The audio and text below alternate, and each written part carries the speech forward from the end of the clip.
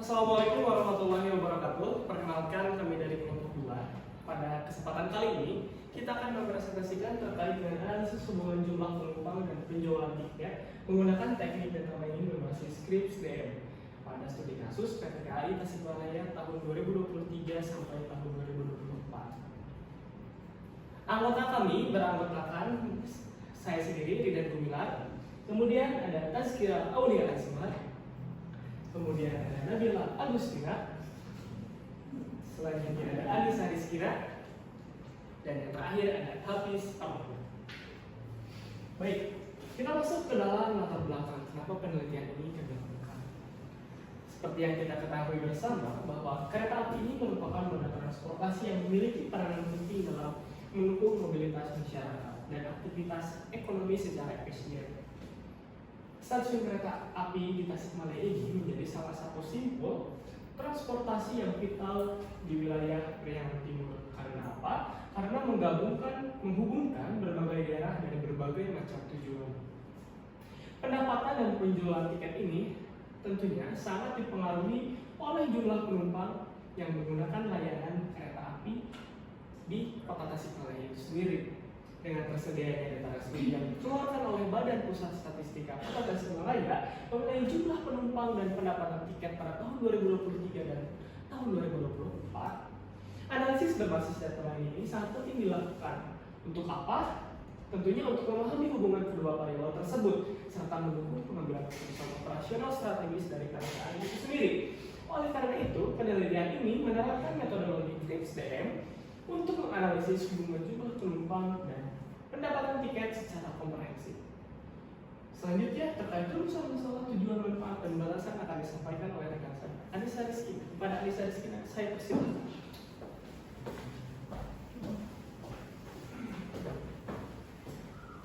Oke, di sini ada rumusan masalahnya. Yang pertama, bagaimana sih gambaran data penumpang dan pendapatan tiket di tahun 2023 sampai dengan 2024?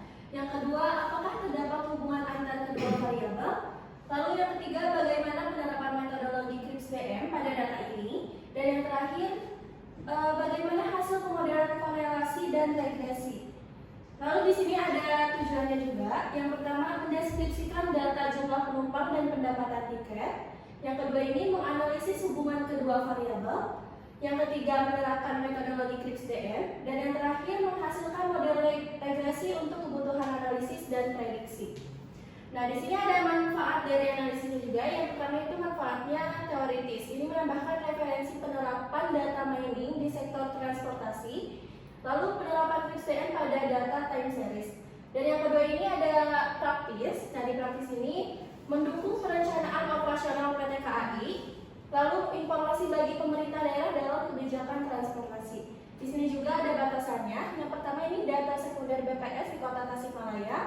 Lalu ini variabel jumlah penumpang dan pendapatan tiket periode 2023 sampai dengan 2024. Di sini teknik analisisnya menggunakan korelasi dan regresi. Lalu faktor eksternal tidak dianalisis di sini.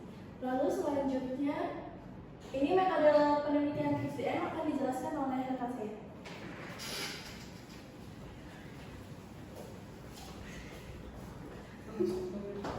Oke, baik. Selanjutnya ada metodologi penelitian yang digunakan dalam penelitian kali ini, yaitu dengan metode Scripps DM. Penelitian ini menggunakan metodologi Scripps DM untuk yang mencakup 6 tahap, mulai dari memahami tujuan analisis, kemudian mengeksplorasi dan menyiapkan data, hingga membangun model menggunakan korelasi dan regresi rutinier.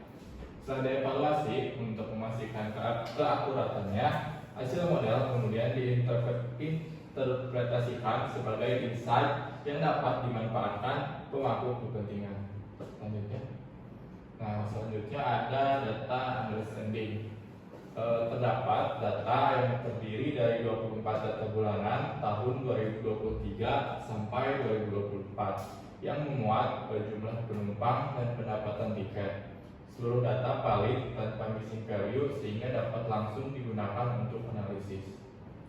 Untuk selanjutnya mungkin saya silakan kepada rekan saya. Nah, untuk hasil analisis deskriptif itu sendiri, kita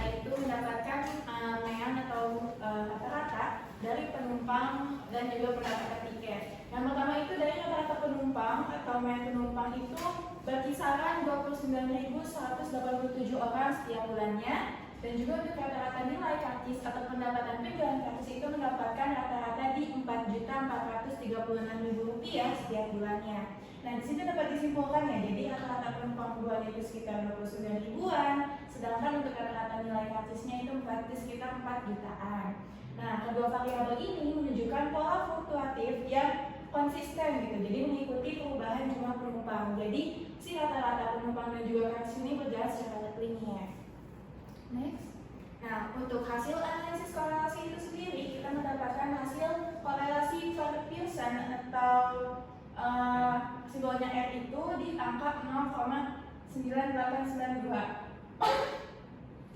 Untuk interpretasi itu sendiri atau hubungan ini sangat kuat dan benar positif gitu. Jadi kenaikan penumpang diikuti dengan peningkatan pendapatan. Nah, nilai korelasi Pearson ini menunjukkan hubungan sangat kuat.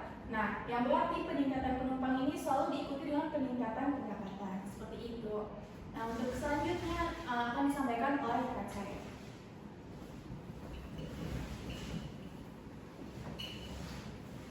Oke, nah selanjutnya untuk hasil analisis regresi, model regresi menghasilkan persamaan di samping.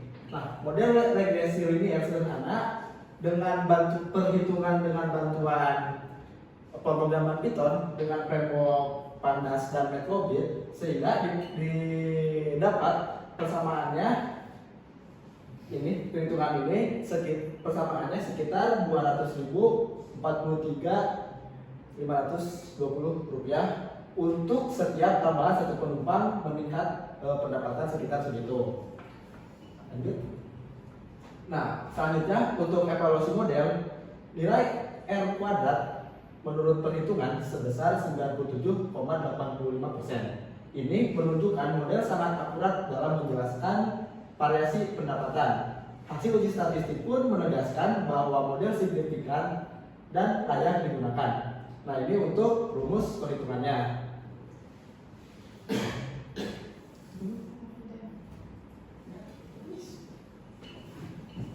Baik, itulah tadi penyampaian terkait hasil analisis yang telah kelompok kami lakukan. Sehingga bisa ditarik kesimpulan bahwa penelitian ini menyimpulkan jumlah penumpang itu berpengaruh sangat kuat terhadap pendapatan dari tiket itu sendiri dengan didukung model regresi yang signifikan. Temuan ini dapat dimanfaatkan oleh PDKA itu sendiri untuk perencanaan operasional. Sementara penelitian selanjutnya disarankan untuk dalam menambah variabel lain agar dianalisis secara lebih komprehensif. Baik, cukup sekian presentasi dari kami. Mohon maaf atas kelalaian ataupun kekurangannya. Terima kasih. Wassalamualaikum warahmatullahi wabarakatuh.